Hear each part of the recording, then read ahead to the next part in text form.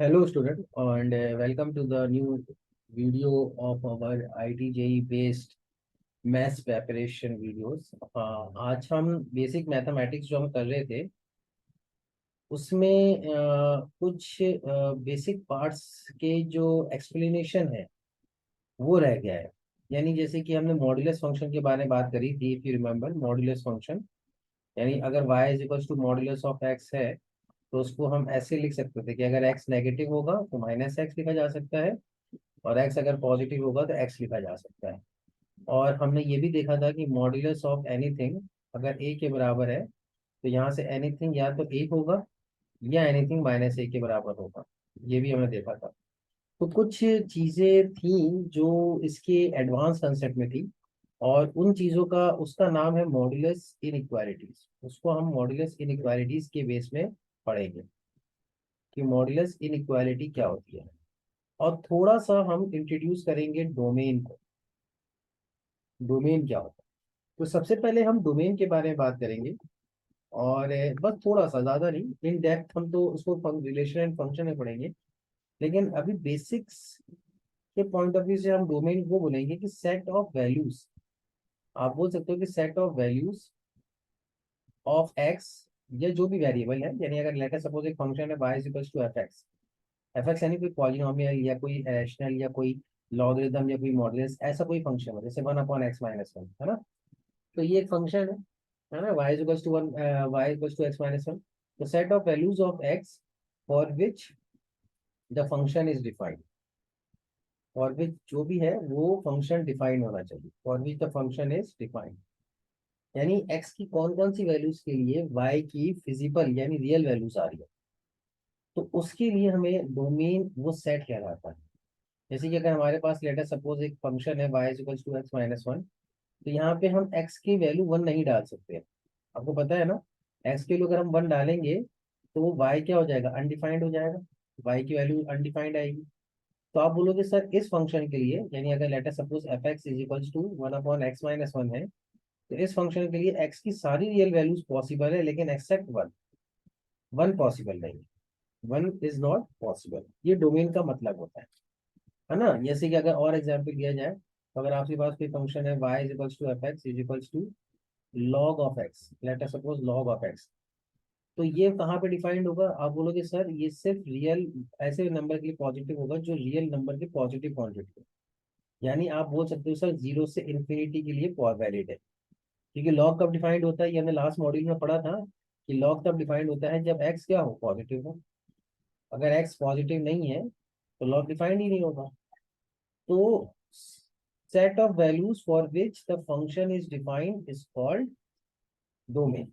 अब डोमेन को निकालना हमारा एक टास्क रहता है कि डोमेन की वैल्यूज हम निकाले जाए।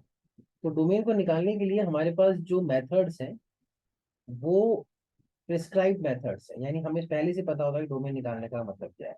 यानी कोई भी एक्सप्रेशन डिफाइंड कब होता है, when some expression is defined, when some expression is defined, है ना। कोई भी एक्सप्रेशन डिफाइंड तब होता है जब वो अनडिफाइंड ना हो, है ना। जैसे कि अगर डिनोमिनेटर में जीरो आ जाए तो एक्सप्रेशन क्या हो जाता है, अनडिफाइंड हो जाता है। यानी हम ये कह सकते हैं कि सर डिनोमिनेटर जो है वो जीरो नहीं होना चाहिए। अगर डिनोमिनेटर जीरो है तो अनडिफाइंड रहेगा। तो यानी एक चीज, conditions to find the domain आप कह सकते हो, वो मैं लिखवाने जा रहा हूँ ताकि जब भी कोई क्वेश्चन आए डोमेन को फाइंड करने का, तो आपकी क्लियरिटी बिल्कुल एकदम बढ़िया से रहे कि सर डोमेन कैसे निकाला जाता है। तो सबसे पहली चीज जो आप देखोगे कि कंडीशन टू फाइंड डोमेन के अंदर, कंडीशन टू फाइंड डोमेन के अंदर यानी इनपुट वैल्यूज फाइंड करने के चक्कर में, सबसे पहली चीज आप देखोगे कि उस एक्सप्रेशन का जो भी वो फंक्शन है उसका डिनोमिनेटर जीरो तो नहीं हो रहा है। तो जिन वैल्यूज पे डिनोमिनेटर जीरो नहीं हो रहा है वही डोमेन है, या जिन वैल्यूज पे डिनोमिनेटर जीरो हो रहा है वो आप डोमेन से हटा दो, यानी रियल नंबर से हटा दो। दूसरा ये होता है कि जो square root function, even power function, इवेंथ रूट वाले फंक्शन, है ना। जैसे कि आपके पास आ जाए कोई ऐसी पावर हो जो पावर 1/2 हो, पावर 1/4 हो, तो इसका जो इनपुट होता है, इसका जो इनपुट एक्स होता है, ये जो स्क्वायर रूट वाली क्वांटिटी होती है इसके अंदर जो एक्सप्रेशन होता है ना, ये जो फोर्थ रूट वाली क्वांटिटी होती है इसके अंदर जो एक्सप्रेशन होता है, ये एक्सप्रेशन हमेशा पॉजिटिव होना चाहिए या zero, at the most zero होना चाहिए। है ना, ये नेसेसरी कंडीशन। यानी अगर आपके स्क्वायर रूट के अंदर, फोर्थ रूट के अंदर, सिक्स रूट के अंदर अगर नेगेटिव क्वांटिटी है तो वो अनडिफाइंड हो जाएगा। जैसे कि एग्जांपल रूट -3, ये अनडिफाइंड है। रूट ऑफ -3 डिफाइंड ही नहीं होता, है ना। रियल नंबर की कैसे बात कर रहे हैं अभी हम, बिल्कुल बेसिक बात कर रहे हैं। तो रूट ऑफ -3 डिफाइंड नहीं होता, रूट ऑफ -4 डिफाइंड ही नहीं होता। Are you getting it? तो इसके बारे में हमें बिल्कुल क्रिस्टल क्लियरिटी रहनी चाहिए कि एक तो सेकंड चीज ये होगी कि इवन रूट फंक्शन, यानी आपका डिनोमिनेटर जीरो नहीं होना चाहिए, और इवन रूट फंक्शन हमारे क्या होना चाहिए, पॉजिटिव होना चाहिए। ये एक सेकंड कंडीशन है। थर्ड कंडीशन ये है कि अगर लेट अस सपोज कोई लॉगरिदम फंक्शन, तो उसका जो आर्ग्यूमेंट है और उसका जो बेस है वो दोनों डिफाइन होना चाहिए। लेट अस सपोज ये आर्ग्यूमेंट बी है और बेस ए है, तो ए पॉजिटिव होना चाहिए, ए वन होना नहीं होना चाहिए, और बी भी पॉजिटिव होना चाहिए। ये तो हमने लॉग में ही पढ़ लिया था, है ना। तो डोमेन क्या, डिनोमिनेटर जीरो नहीं होना चाहिए, इवेंथ रूट के अंदर क्वांटिटी नेगेटिव नहीं होनी चाहिए, यानी पॉजिटिव होनी चाहिए, और लॉग अगर कभी कोई फंक्शन आ रहा है तो उसका बेस और एक्सपोनेंट, बेस और आर्ग्यूमेंट दोनों ही पॉजिटिव, और बेस वन नहीं होना चाहिए। हैविंग सेड दैट, इसके ऊपर अभी हम कुछ जैसे क्वेश्चंस करें कि अगर आपसे कोई पूछा जाए, जैसे कि लेटर सपोज आपसे बोला जाए कि एफ एक्स एक फंक्शन है, F x is equals to x² - 5x + 6, ये फंक्शन है, और लेटर सपोज इसका आपको डोमेन निकालना है। तो आप क्या बोलोगे, सर x² - 5x + 6 पॉजिटिव होना चाहिए क्योंकि स्क्वायर रूट फंक्शन है, या एकदम वो जीरो। यानी इस इनइक्वालिटी को जब सॉल्व करेंगे तो वही आंसर हमारा डोमेन होगा। यानी इसको सॉल्व करना, अब मैं इनइक्वालिटी सॉल्व करना नहीं सिखाऊंगा, x - 2 × x - 3 > 0, और यहाँ से अगर आप देखोगे तो आउटसाइड द रूट ये पॉजिटिव होगा। प्लस साइन स्कीम बेबी का मेथड जाके वीडियो देखो उसका, उससे आपको पता चल जाएगा। प्लस माइनस प्लस, तो आंसर कितना आ जाएगा, यानी डोमेन जो होगा, हमारा डोमेन जो होगा वो -∞ से टू, क्लोज ब्रैकेट, इक्वालिटी बोल करिए, और यूनियन 3 to ∞। यानी इस फंक्शन की डेफिनेशन, यानी फंक्शन डिफाइन इसी पीरियड में होगा और कहीं नहीं होगा। अगर इस पीरियड के अलावा कोई वैल्यूज है तो वहां पे अनडिफाइंड है। जैसे x = 2.5 का फंक्शन अनडिफाइंड, बात समझ लो ना। इसी तरह लेटर सपोज हमने एक क्वेश्चन किया सिंपल सा, जैसे लेटर सपोज एक फंक्शन है f(x) is equals to x - 2 / log of x² - 9, ठीक है, x² - 9, ये एक फंक्शन है। अब हमें इसका डोमेन निकालना है, लेटर सपोज हमें क्या निकालना है, इसका डोमेन निकालना है। तो हम बोलेंगे सर इसका डोमेन निकालने के लिए आपके पास जो कंडीशन है वो ये है कि डिनोमिनेटर जीरो नहीं होना चाहिए, यानी लॉग ऑफ x² - 9 क्या नहीं होना चाहिए, जीरो नहीं होना चाहिए, पहली कंडीशन। एंड ये है कि लॉग का आर्ग्यूमेंट जो है वो भी डिफाइंड होना चाहिए, यानी वो भी क्या होना चाहिए, >0 होना चाहिए। और तो कोई दिक्कत नहीं है, x - 2 तो मैं किसी तरह परेशान नहीं कर रहा। तो ये जीरो नहीं होना चाहिए, यानी ये जीरो कब होगा, जब x² - 9 क्या हो जाए, x² - 9 क्या हो जाए, ये जीरो यानी वन हो जाए, तभी जीरो होता है। यानी x² क्या हो जाए, 10 हो जाए, यानी x की वैल्यू क्या हो जाए, +-√10, यानी +-√10 x की वैल्यू नहीं होनी चाहिए। यानी x² - 9 वन नहीं होना चाहिए, x² 10 नहीं होना चाहिए, और x +-√10 नहीं होना चाहिए। और यहाँ से क्या आ रहा है, यहाँ से ये इनइक्वालिटी है x - 3 और x + 3 इज ग्रेटर देन और इक्वल्स टू 0। तो यहाँ से अगर आप प्लॉट करोगे तो -3 और +3, प्लस माइनस प्लस, तो यहाँ से हमें >0 चाहिए, तो -∞ से -3 ये होना चाहिए। ये क्या होना चाहिए, ये होना चाहिए, >0 होना चाहिए, और यूनियन 3 से ∞। अब ये √10 की वैल्यू अप्रोक्सीमेटली 3 पॉइंट समथिंग होती है ना। तो +-3 पॉइंट समथिंग, जैसे कि मान लो 3.1 के आसपास। तो इसका मतलब +3.1 नहीं हो सकती। तो हम क्या करेंगे, इसमें से -3.1 भी नहीं हो सकती, तो हम +-√10 इसमें से क्या करेंगे, सब्ट्रैक्ट कर देंगे। ये जो हमारा आंसर है यही है, यानी ये तो होना चाहिए और ये नहीं होना चाहिए, तो हमने माइनस कर दिया, उस सेट में से हमने सेट को क्या कर दिया, माइनस कर दिया। तो ये बहुत बेसिक सा मैंने डोमेन की कंडीशंस और कुछ थोड़े से एग्जांपल्स कराए हैं। इसको बहुत डिटेल में हम फंक्शन से पढ़ेंगे, जब हम फंक्शन स्टार्ट करेंगे ना, तो वहां पे हम देखेंगे कि डोमेन का बेसिक्स क्या होता है, डेफिनेशन क्या होता है, और उस तरह के डिफिकल्ट क्वेश्चंस कैसे कैसे बनते हैं। क्योंकि वहां पे इन डेप्थ हम जब आइडिया लेंगे तो ज्यादा बेटर रहेगा। अभी मैंने इसलिए पढ़ाया क्योंकि कुछ क्वेश्चंस में हमें डोमेन की जरूरत पड़ेगी, है ना, इसलिए हमने पढ़ा दिया। अच्छा, अब हम बात करते हैं हमारा जो नया टॉपिक है, या नया टॉपिक क्या है, हम थोड़ा सा डिस्कस करना चाहेंगे मॉडुलस इनइक्वालिटीज के बारे में। कि मॉडुलस इनइक्वालिटीज क्या होती है।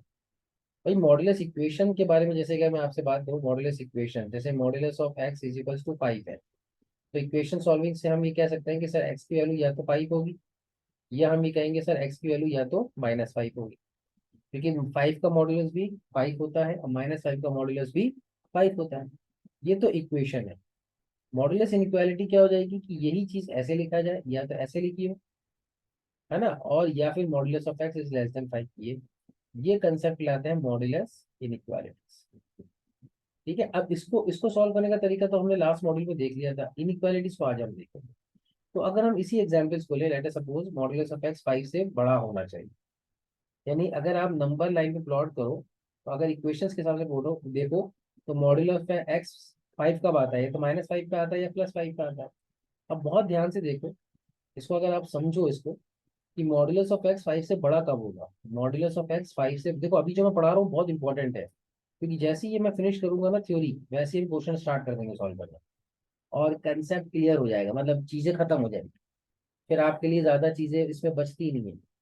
फिर आप आराम से चीजों को फिर सिंप्लीफाई करके सॉल्व करके देख सकते हो कि कैसे ये चीजें हो रही हैं। तो बहुत इंपॉर्टेंट देखो कि अगर मॉड्यूलस ऑफ एक्स 5 से बड़ा है, तो एक्स की वैल्यू जैसे 6 हो, 7 हो, 8 हो, जैसे एक्स की वैल्यू 8 डालो तो मॉड्यूलस ऑफ 8 कितना होता है, 5 से बड़ा होता है। यानी इस रीजन में जहाँ पे एक्स की वैल्यू 5 से बड़ी हो, वहाँ पे ये इक्वेशन ट्रू रहेगी, ये इनइक्वालिटी ट्रू रहेगी।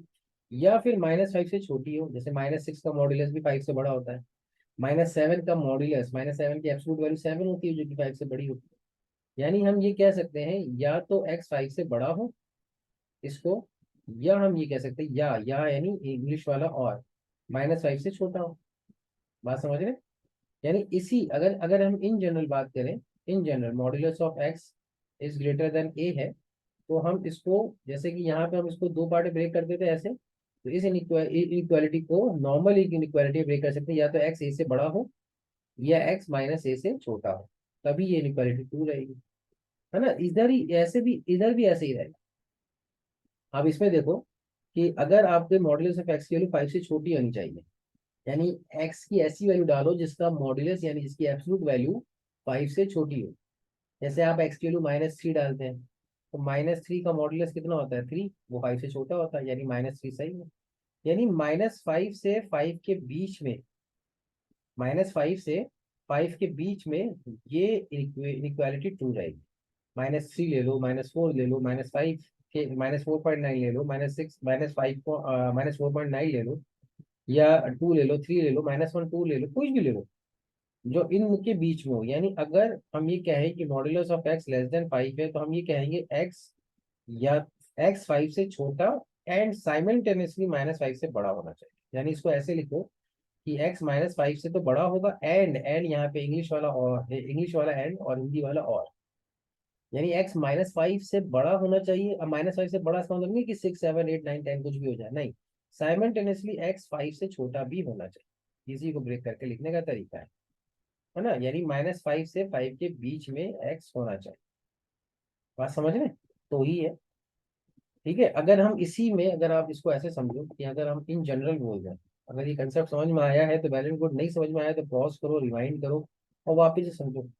जैसे कि अगर हम बात करें मॉड्यूलस ऑफ एनीथिंग, अगर हम थ्योरी को कंप्लीट करते हैं, तो मॉड्यूलस ऑफ एनीथिंग अगर ए के बराबर है, तो इसका मतलब एनीथिंग, यानी एनीथिंग का मतलब हो गया कोई भी एक्सप्रेशन हो, वो एनीथिंग या तो ए होगी या -ए होगी। जैसे कि एग्जाम्पल लें कि x² -5 है, वो आपका लेटर सपोज 7 के बराबर है, तो x² -5 या तो 7 होगा या -7 होगा, दो इक्वेशन बनेगी।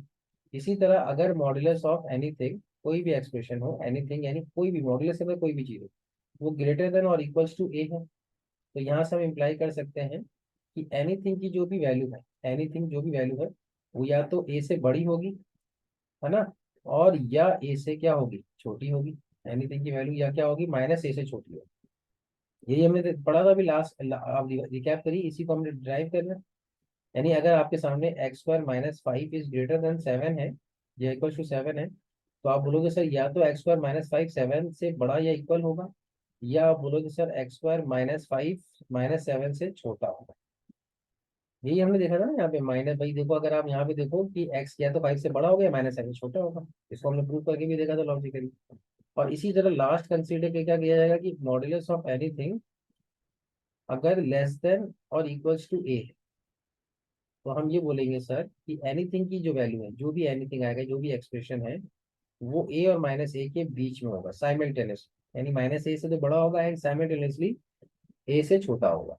तो जैसे अगर इसी क्वेश्चन में देखा जाए कि x square minus 5 is less then और इक्वल टू 7 है, तो हम ये कह सकते हैं कि सर एक्स स्क्वायर माइनस 5 से या तो माइनस 7 से बड़ा होगा या प्लस 7 से क्या होगा, छोटा होगा। इसी इनइक्वालिटी को हम सॉल्व करेंगे। तो ये सारी चीजें अगर आपको क्लियर है, तो अब हम जैसे कि नोट्स की तरफ चले, तो एब्सोल्यूट वैल्यू फंक्शन के बारे में तो हम ये चीज पहले से जानते हैं। We know that this particular thing from the our earlier experiment, और इस टाइप के हमने क्वेश्चंस भी कर लिए थे, है ना, कि एक्स प्लस टू या तो प्लस 3 होगा या एक्स प्लस टू माइनस 3 होगा। तो यहाँ से एक्स की वैल्यू कितनी आ रही थी, 1, और यहाँ से एक्स की वैल्यू कितनी आ रही है, -5, यानी दो आंसर निकल गए। यानी x belongs to a solution set of -5 and 1। बिल्कुल क्लियर है ना। तो इस टाइप के क्वेश्चन हमने देख लिए थे, जहाँ पे ऐसे क्वेश्चन आ जाए जैसे डबल मॉड्यूलस के क्वेश्चन आ जाए। देखो ये क्वेश्चन अब डिफिकल्टी बढ़ती चली जाएगी।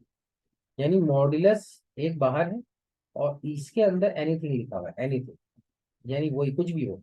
बाहर तो मॉड्यूलस है, जब इस बाहर वाले मॉड्यूलस को हटाओगे, तो ये बाहर वाला मॉड्यूलस जब हटेगा तो क्या आएगा, एक्स प्लस टू जिसपे मॉड्यूलस लगा हुआ है -3 इज इक्वल्स टू 5। या फिर आप बोलोगे sir modulus of x plus two -3 is equals to -5, यही बनेगा, दो ही कंडीशन बन सकती है। इसको अगर हम फर्दर सॉल्व करें तो ये हो जाएगा sir modulus of x plus two is equals to 8। अब यहाँ से भी दो कंडीशन बन जाएगी, यानी या तो एक्स प्लस टू 8 के बराबर हो या एक्स प्लस टू -8 के बराबर हो। देखो देखो ना ब्रेक होता जा रहा है। तो यहाँ से या तो एक्स की वैल्यू 6 आ रही है या फिर एक्स की वैल्यू कितनी आ रही है, -10 आ रही है। ये दो आंसर हो गए। अब ये दूसरा वाला जो केस है ना, ये वाला, इसको अगर आप ऑब्जर्व करो, तो ये आ रहा है modulus of x plus two is equals to -2। अब हम ये पहले ही देख चुके हैं कि मॉड्यूलस की वैल्यू कभी नेगेटिव हो सकती है क्या, नॉट पॉसिबल। मॉड्यूलस कभी नेगेटिव नहीं होता, एक्स प्लस टू कुछ भी हो, 4 5 6 7, अरे एक्सेल कुछ भी रखो, कभी नेगेटिव आंसर आ सकता है क्या, कभी नहीं आ सकता। तो यहाँ से आप बोलोगे नो सॉल्यूशन, यहाँ से आप क्या बोलोगे, नो सॉल्यूशन। तो इस क्वेश्चन का सिर्फ आंसर ये रहेगा कि एक्स बिलोंग्स टू इधर -10 और 6, यही दो आंसर है। यानी इसकी एक्स की दो ही वैल्यू सेटिस्फाई करेंगे और दो ही आंसर निकलेंगे। बात समझ लो। तो इसी बेसिस में जैसे कि अगर जैसे कि डोमेन वाले क्वेश्चन आ जाते हैं, कई बार क्या होता है कि डोमेन वाले क्वेश्चन से आपको पूछा जाता है कि इसका डोमेन निकालो, जो भी अभी हम बात कर रहे थे ना डोमेन की, कि डोमेन कैसे निकालते हैं, डोमेन का एप्लीकेशन। तो इसलिए मैंने डोमेन पढ़ाया था कि कई बार इस टाइप के मॉडल्स के बेसिस पे क्वेश्चन पूछ लेते हैं, जो बेसिक से हम कर सकते हैं। अभी हमें ज्यादा फंक्शन नहीं भी पढ़ा है, या अभी हमें मैथ्स इतनी नहीं भी आती 11 12 की, तब भी हम कर सकते हैं जो हमें बेसिक्स पता है। डोमेन के लिए हमें पता होना चाहिए कि डिनोमिनेटर जीरो नहीं होना चाहिए, यानी मॉड्यूलस ऑफ x-1 जीरो नहीं होना चाहिए, पहली चीज। एंड हमें ये भी पता है कि दूसरा वाला डिनोमिनेटर यानी मॉड्यूलस ऑफ x-3 -1 का मॉड्यूलस ये भी जीरो नहीं होना चाहिए। तो ये दोनों साइमल्टेनियसली होना चाहिए, क्योंकि ये भी सेटिस्फाइड होना चाहिए, ये भी सेटिस्फाइड होना चाहिए, यानी ये भी डिफाइंड होना चाहिए और ये भी डिफाइंड होना चाहिए। और दोनों का इंटरसेक्शन से आंसर बनेगा। दोनों का इंटरसेक्शन से हमें क्या मिलेगा, डोमेन मिलेगा। समझ रहे हो ना, ये बिल्कुल सिंपल है, बहुत इजी वे में हम इन चीजों को अंडरस्टैंड कर सकते हैं, कर सकते हैं। तो जैसे यहाँ से आ जाएगा मॉड्यूलस ऑफ एक्स क्या नहीं होना चाहिए, 1 नहीं होना चाहिए, क्योंकि मॉड्यूलस ऑफ एक्स अगर 1 हो गया तभी ये जीरो आ जाएगा। यानी एक्स क्या नहीं होना चाहिए, एक्स प्लस -1 नहीं होना चाहिए। सिंपल सी बात है। एंड यानी इंटरसेक्शन लगा लें, यानी यहाँ से ये पता चला कि मॉड्यूलस ऑफ x-3 क्या नहीं होना चाहिए, -x-3 जीरो नहीं होना चाहिए, है ना। मॉड्यूलस हटाओगे तो जीरो का तो एब्सोल्यूट वैल्यू जीरो ही होगा। इसका मतलब ये क्या पता चला कि मॉड्यूलस ऑफ x-3 क्या नहीं होना चाहिए, 1 नहीं होना चाहिए। इसका मतलब हमें ये पता चला कि x-3 या तो 1 नहीं होना चाहिए और x-3 -1 भी नहीं हो सकता, यानी x की वैल्यू 4 भी नहीं हो सकती और x की वैल्यू 2 भी नहीं हो सकती, यानी 4 भी नहीं हो सकती और 2 भी नहीं हो सकती। अब x की वैल्यू क्या क्या नहीं हो सकती, अब यहाँ से पता चल रहा है कि x की वैल्यू 4 नहीं हो सकती, एक्स वैल्यू 2 नहीं हो सकती, एक्स वैल्यू 1 नहीं हो सकती, एक्स वैल्यू -1 नहीं हो सकती। तो अगर हम इसका डोमेन लिखें, अगर आपसे कोई पूछे इसका डोमेन क्या होगा, तो आप बोलोगे सर डोमेन तो होगा ऑल रियल नंबर एक्सेप्ट -1 और +1 और 2 और 4, ये सब नहीं हो सकते। यानी इन सब का हमें क्या चाहिए, यूनियन। यहाँ पे मैंने गलत बोल दिया है, यहाँ पे इन सब का यूनियन होगा, इंटरसेक्शन नहीं, यूनियन, है ना। यानी ये भी डिफाइंड होना चाहिए, ये भी डिफाइंड होना चाहिए, यानी दोनों ही वैल्यूज होनी चाहिए, ये सब नहीं हो सकता। अगर आपका आंसर आ जाएगा तो रियल नंबर से -1, 1, 2 और 4 हटाना है। ये चीजें आपको क्या करनी है, हटा देनी। जैसे कि और चीजें हम देखें, इनइक्वालिटीज के बेसिस पे हम क्वेश्चन को करें तो भी क्वेश्चन हो जाएंगे, क्योंकि हमें कंसेप्ट पता है अब। तो एक एक क्वेश्चन को कर लेते हैं। जैसे modulus of x is greater then 3, तो modulus of x greater than 3 का मतलब ये हो गया कि एक्स की वैल्यू या तो -3 से छोटी हो, या फिर एक्स की वैल्यू +3 से बड़ी है। यानी इसका आंसर हम लिखेंगे -∞ से -3 यूनियन 3 से इंफिनिटी। बात समझ रहे हो, इसका आंसर क्या लिखेंगे, हम बोलेंगे सर एक्स की वैल्यू 2 और -2 के बीच में होनी चाहिए।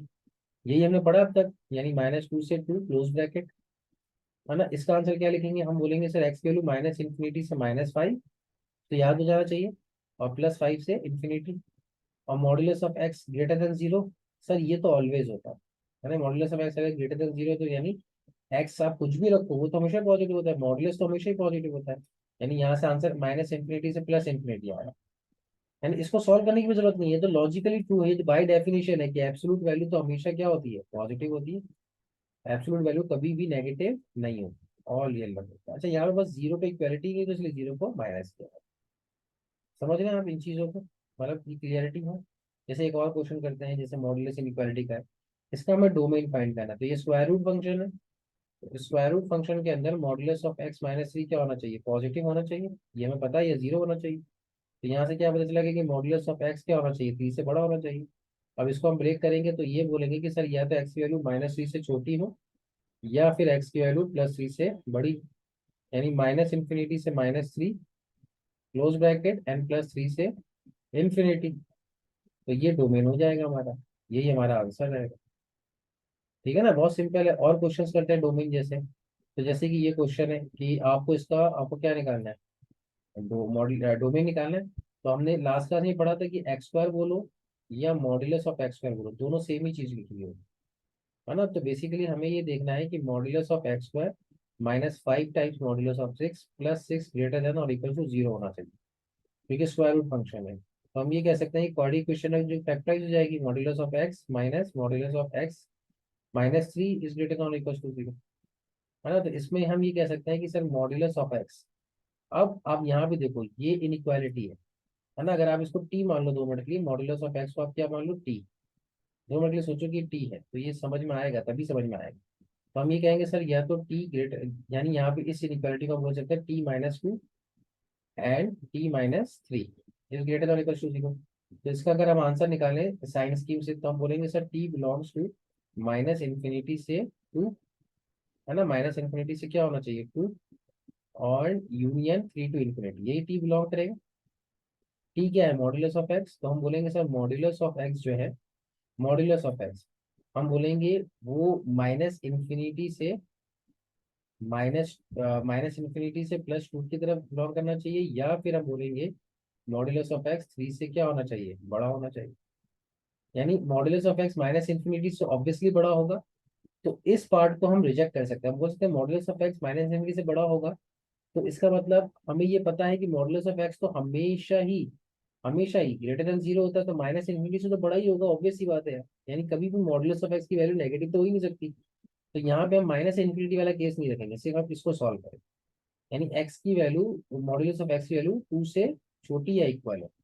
तो अगर हमें ये पता है, ये वाला कंसेप्ट अभी हमने थोड़ी देर पहले पढ़ा था कि modulus of x is less than a, तो x is in between a to -a होता है।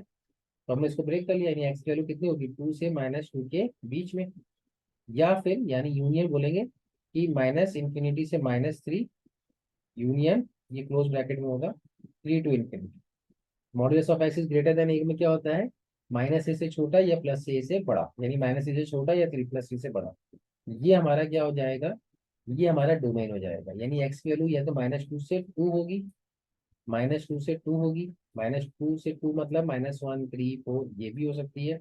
और एक्स की वैल्यू -∞ से -3 यूनियन 3 टू इंफिनिटी, ये भी हो सकती है। अब देखो यहाँ पे देखो, ये ट्रेडिशनल लेवल में देखोगे तो ये बन जाएगा -∞ से -3 यूनियन -2 से 2 एंड 3 से इंफिनिटी। ठीक है, हमें दोनों का यूनियन चाहिए, हमें क्या चाहिए, ये भी चाहिए, यानी -2 से 2 भी चाहिए, -3 से -3 भी चाहिए, 3 से इंफिनिटी भी चाहिए। और का मतलब क्या होता है, यूनियन होता है। तो हमने तीनों का यूनियन फॉर्म में इस फॉर्मेट में लिख दिया। ठीक है, यानी ये मॉडुलस इनइक्वालिटी मेरा आज का टॉपिक था। तो ये मैं कोशिश कर रहा था कि आपको समझ में आए। तो इस टाइप के क्वेश्चंस होते हैं जो कि आपको समझ में आने चाहिए। अब कुछ प्रॉपर्टीज बेस हम देख लेते हैं ताकि आपको और क्लियरिटी बढ़ी रहे, आसानी से चीजें समझ में आए और हम ये चैप्टर को आगे बढ़ा सके, क्योंकि ये सारी चीजें बेसिक्स हैं। और बेसिक्स जब आपको आ जाएंगी तो चीजें क्लियर होने लगती हैं। देखो, ये प्रॉपर्टीज हैं, इसको लर्न करना है, याद रखना है। लर्न क्या करना है, इसको लर्न करने की जरूरत नहीं है, यानी कंसेप्ट ध्यान होना चाहिए कि दो क्वांटिटी का एडिशन, दो modulus quantity, let us suppose modulus of A plus modulus of b, हमेशा modulus of A plus b से बड़ा या बराबर होगा, है ना, हमेशा हमेशा ऐसा होगा। इक्वल कब होगा, इक्वल तब होगा जब ए बी यानी दोनों ही नंबर या तो नेगेटिव हो या पॉजिटिव हो। जैसे कि आप एग्जाम्पल दो ए और बी, है ना, ए और बी, तो मॉडुलस ऑफ ए कितना हो जाएगा 2, और मॉडुलस ऑफ बी कितना हो जाएगा 3। ये पहला एग्जाम्पल दिया हमने। अब दोनों पॉजिटिव है तो मॉडुलस ऑफ ए और मॉडुलस ऑफ बी कितना हो रहा है 5, और ए प्लस बी कितना हो रहा है 2 + 3 5, उसका मॉडुलस ही बराबर है। तो अगर ए और बी दोनों ही पॉजिटिव है, दोनों ही पॉजिटिव है यानी दोनों का प्रोडक्ट भी क्या है, पॉजिटिव है, तो हम कहेंगे कि ऐसे केस में modulus of A plus modulus of B किसके बराबर होगा, modulus of A plus B, ऐसे केस में। लेकिन अगर इन दोनों में से कोई एक नेगेटिव है, late us suppose modulus of -2 कितना होता है, वो 2 हो जाता है, और मॉडुलस ऑफ 3 वो कितना होता है, वो 3 हो जाता है, 2 + 3 कितना हो गया 5, और मॉडुलस ऑफ -2 कितना होता है, modulus of A plus B कितना होता है, -2 + 3 वो कितना होता है 1, तो 5 इज ग्रेटर देन 1 हो रहा है।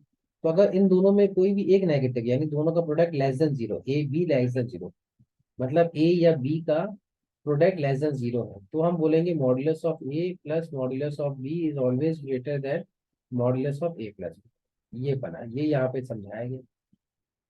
ठीक है ना, अगर दोनों का प्रोडक्ट पॉजिटिव यानी दोनों नेगेटिव हो तब भी ये इक्वालिटी होल्ड करेगी, तब भी इक्वालिटी क्या करेगी, होल्ड करेगी, इक्वालिटी के ऐसे ही कंसेप्ट करेगी।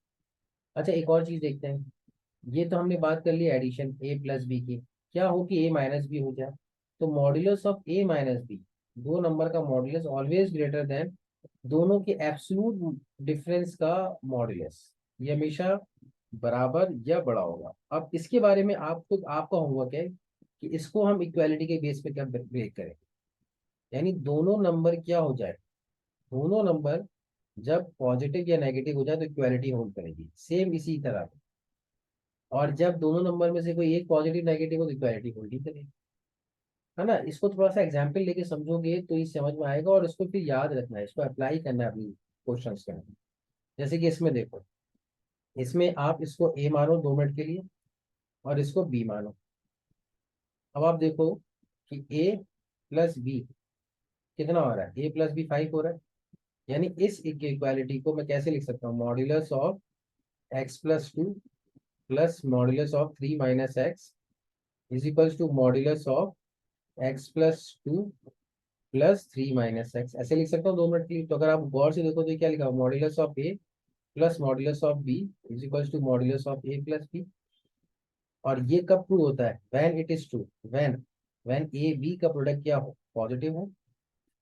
अगर ए बी का प्रोडक्ट पॉजिटिव नहीं हो, ए बी का प्रोडक्ट पॉजिटिव नहीं हो, तो ये ऐसा हो सकता है, नहीं, यही तो पढ़ा था अभी हमने यहाँ पे, ए बी का प्रोडक्ट पॉजिटिव हो तो a plus b modulus of A plus modulus of b के बराबर होगा। तो यहाँ से हमने इस मॉडुलस इक्वेशंस को एक नॉर्मल इनइक्वालिटी में कन्वर्ट कर लिया, यानी x + 2 यानी ए और 3 - x का प्रोडक्ट क्या हो, पॉजिटिव हो, है ना। अगर ये पॉजिटिव या इक्वल टू जीरो है तभी ये ट्रू होगा, ओनली इफ, ओनली इफ, यानी ये दोनों मॉडुलस का सम 5 आ रहा है ना, इसकी वजह से ओनली इफ ये ट्रू होगा। अब ये इनइक्वालिटी हम सॉल्व करना जानते हैं। इस इनइक्वालिटी को सॉल्व करने के लिए हम क्या करेंगे, पहले लीडिंग कोएफिशिएंट को पॉजिटिव करेंगे, फिर आरएचएस तो ऑलरेडी जीरो है, तो लीडिंग कोएफिशिएंट को पॉजिटिव बनाने के लिए माइनस से मल्टीप्लाई कर दिया और इनइक्वालिटी का साइन क्या कर दिया, रिवर्स कर दिया। तो x + 2 multiplied by x - 3 is less then और इक्वल टू जीरो, है ना।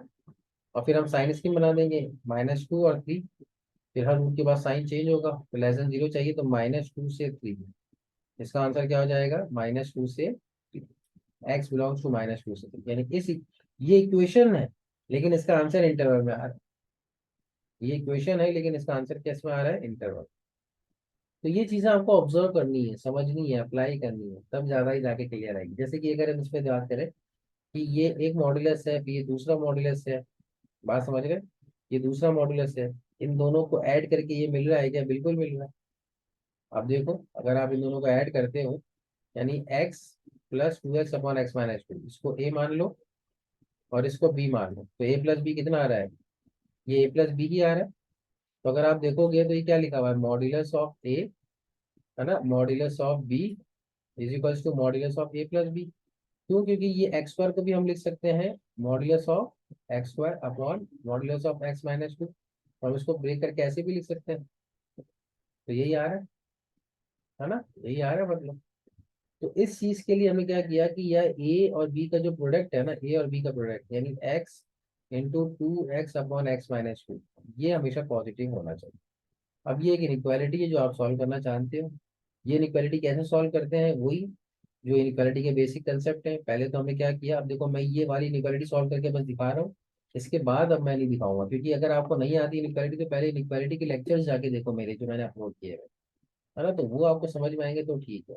जैसे 2x² upon x-2 is always greater than equal to 0 solve करना है। तो सबसे पहले RHS 0 है, बिल्कुल 0 है। लीडिंग कोफिशिएंट सारे पॉजिटिव है, बिल्कुल पॉजिटिव है। तो यहाँ से हमने क्या किया, पूरी इक्वेशन को 2 से डिवाइड कर दिया ताकि 2 गायब हो जाए। अब देखो यहाँ पे कितने रूट्स हैं, यहाँ पे दो। एक तो x=0 एक रूट है और x=2 क्रिटिकल पॉइंट है। तो 0 एक मान लिया और एक 2 क्रिटिकल पॉइंट मान लिया। अब हम क्या करते थे कि किसी रूट के ऊपर अगर इवन पावर है तो उसके नीचे क्या मार्क करते थे? Cross mark. तो अगर इसमें आप नोटिस करो कि 0 पे क्या है? इवन पावर है 2, तो उसके नीचे क्या आएगा? Cross mark. और बाकी फिर हर रूट के बाद क्या करते थे? साइन चेंज करते थे। लेकिन यहाँ पे साइन चेंज होगा क्या? नहीं होगा, ये माइनस ही रहेगा। क्यों? क्योंकि इसके नीचे क्रॉस मार्क था। अब हमें ग्रेटर देन 0 चाहिए, तो ग्रेटर देन 0 तो ये है। और इक्वालिटी भी होल्ड करी तो 0 भी आंसर हो सकता है। तो आंसर क्या लिखेंगे? 0 यूनियन 2 आंसर नहीं हो सकता। 2 आंसर क्यों नहीं हो सकता? क्योंकि डिनोमिनेटर को 0 कर रहा है। तो ये आंसर हो जाएगा। बात समझ रहे हैं ना? 0 2 to infinity। तो ये चीज आपको बिल्कुल क्लियर होनी चाहिए। 0 to 2 to infinity आ रहा है, ये हमारा आंसर पहले भी था। अच्छा, इसके साथ कुछ और कंसेप्ट होते हैं बेसिक बेसिक, वो भी हम देख लेते हैं ताकि चीजें याद रहें। यानी अगर आप नोटिस करो, मैं आपको समझाता हूँ। ये बिल्कुल वैसा ही है जैसे ये मॉड्यूलस ऑफ एक्स आपने बोला था। तो आप बोलते थे सर एक्स वैल्यू अगर लेस देन जीरो हो तो -x लिखा जाएगा, और एक्स वैल्यू अगर ग्रेटर देन इक्वल टू 0 हो तो x लिखा जाएगा। अब इस x की जगह एनीथिंग, कोई एक्सप्रेशन ले लीजिए, कोई भी एक्सप्रेशन एनीथिंग ले लीजिए। तो इसके बारे में भी हम यही बोलेंगे सर, अगर एनीथिंग की वैल्यू लेस देन 0 होगी तो हम माइनस एनीथिंग लिखेंगे। और एनीथिंग की वैल्यू अगर ग्रेटर देन और इक्वल टू 0 होगी तो हम प्लस एनीथिंग लिखेंगे। इस एनीथिंग की जगह यहाँ पे बस fx लिखा हुआ फंक्शन। देखो गौर से। तो आई थिंक ये क्लियर होगा, इसमें कोई दिक्कत नहीं है। अब ये एक प्रॉपर्टी है जो हमने लॉजिकली अप्लाई करी है, और उसकी वजह से हमें क्या किया, एक प्रॉपर्टी को डेवलप कर लिया, समझ लिया कि ये प्रॉपर्टी एग्जिस्ट कर सकती है। इसके बेसिस में कुछ क्वेश्चंस करते थे। अच्छा, ये ट्रिग्नोमेट्री है, तो फिर अभी हम इस ट्रिग्नोमेट्री को अभी हम नहीं करेंगे। ट्रिग्नोमेट्री के क्वेश्चंस को हम बाद में लेंगे। ये रेंज वाले क्वेश्चन भी हम बाद में लेंगे। आई थिंक सो बस इतना ही काफी है। तो ये प्रॉपर्टीज हम बाद में लेंगे, बस इतना ठीक है। मेरे ख्याल से आज के लिए इतना काफी है। अभी जो जितना हमें पढ़ना था वो हमने पढ़ लिया। यानी अगर हम मॉड्यूलस के बारे में बात करें तो मॉड्यूलस इक्वेशंस और इनइक्वालिटीज दोनों हमने पढ़ लिया।